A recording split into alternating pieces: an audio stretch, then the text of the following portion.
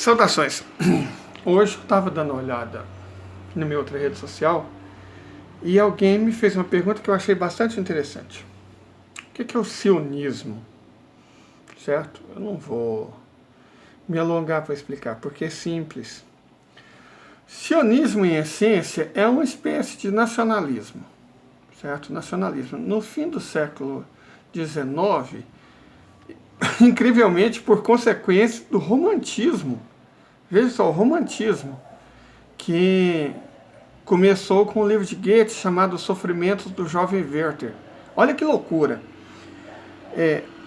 Goethe escreve esse livro, Sofrimentos do Jovem Werther. Inaugura o romantismo. O romantismo, ele acaba sendo uma válvula de escape para uma série de sentimentos que estavam presos na garganta de muitos europeus. E faz surgir um revival de uma antiga Europa que a burguesia industrial estava destruindo, certo? Uma espécie de saudosismo. Isso leva a um tipo de renascimento da identidade nacional. Perfeito? Temos que lembrar que esse período, meados do século XIX, era um período de impérios. O Império Austro-Húngaro, o Império Otomano, o Império Russo, o Império Alemão, tinha o Império Britânico, o Império Francês, mas esses eram mais extra-europeus, o Império Português e o Império Espanhol também. Vamos falar dos impérios mais europeus, Otomano, Austro-Húngaro, Alemão e Russo. Então, dentro desses impérios, não era um conceito de nação, era um conceito de Estado. Havia vários povos. Vamos pegar, por exemplo, o Império Austro-Húngaro. Além de austríacos, alemães, né, e húngaros, havia eslovenos, croatas, sérvios, montenegrinos, rutenos, rusinos, toda sorte de macedônios, toda sorte de romenos, toda sorte de povos dentro desses estados, correto? Então, esses povos começaram a desenvolver uma espécie de identidade nacional. Essa identidade nacional, esse culto à nacionalidade evoluiu e deu origem ao nacionalismo. E o nacionalismo era, de um modo geral, seccionista. Inclusive, foi isso que deu origem à Primeira Guerra Mundial. Correto? O nacionalista sérvio, Gavrilo Príncipe, assassina Francisco Ferdinando, herdeiro do trono do Império Austro-Húngaro. E no rescaldo começa a Primeira Guerra Mundial. De toda forma, dentre essa primavera de povos, começa a ganhar força uma identidade judaica. Os judeus foram, por muito tempo, oprimidos na Europa. Em alguns países, menos que outros. Portugal, por exemplo, houve períodos de perseguição, mas, de um modo geral, o Estado português sempre conviveu bem com os judeus, a não ser em fase de um catolicismo mais extremado.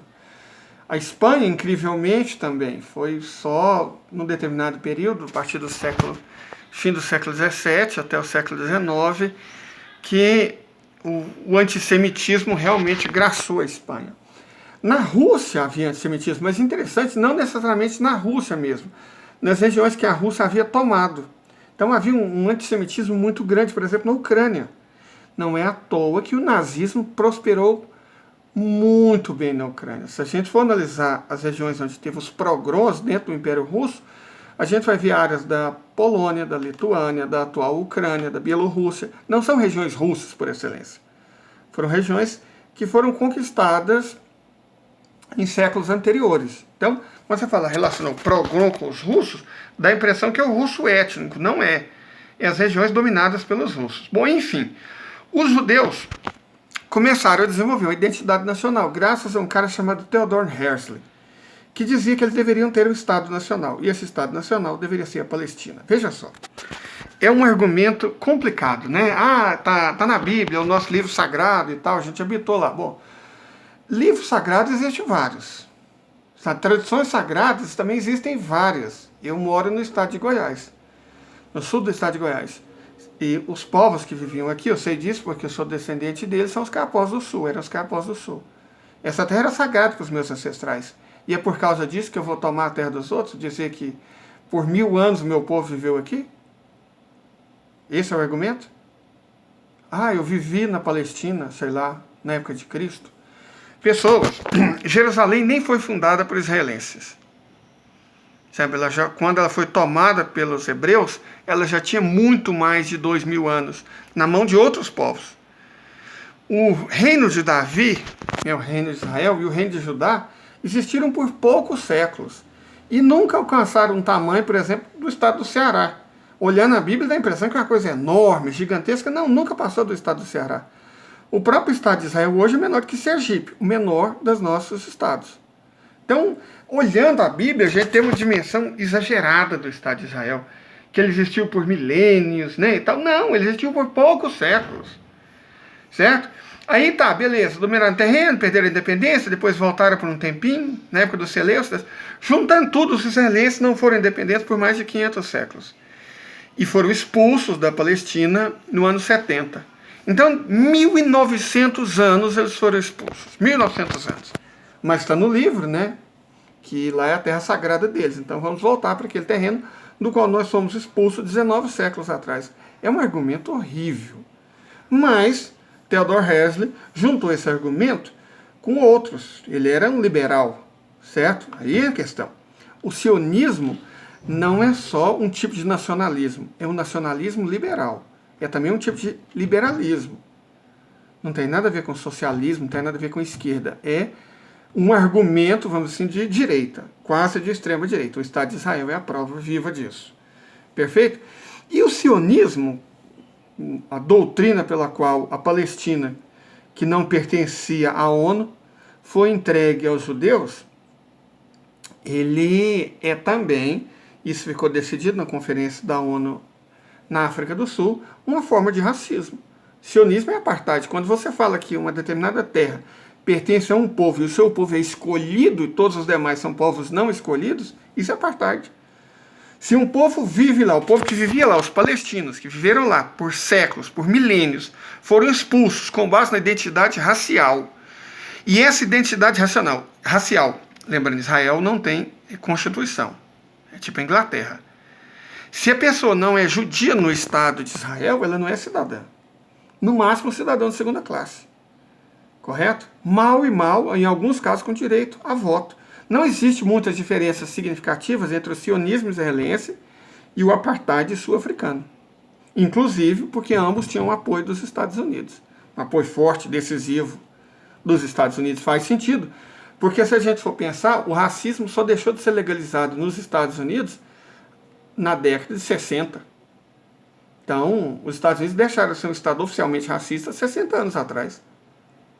Quando o Estado de Israel surgiu com a sua proposta sionista, que é também uma proposta de apartheid, uma proposta racista, era normal. Era normal. Na verdade,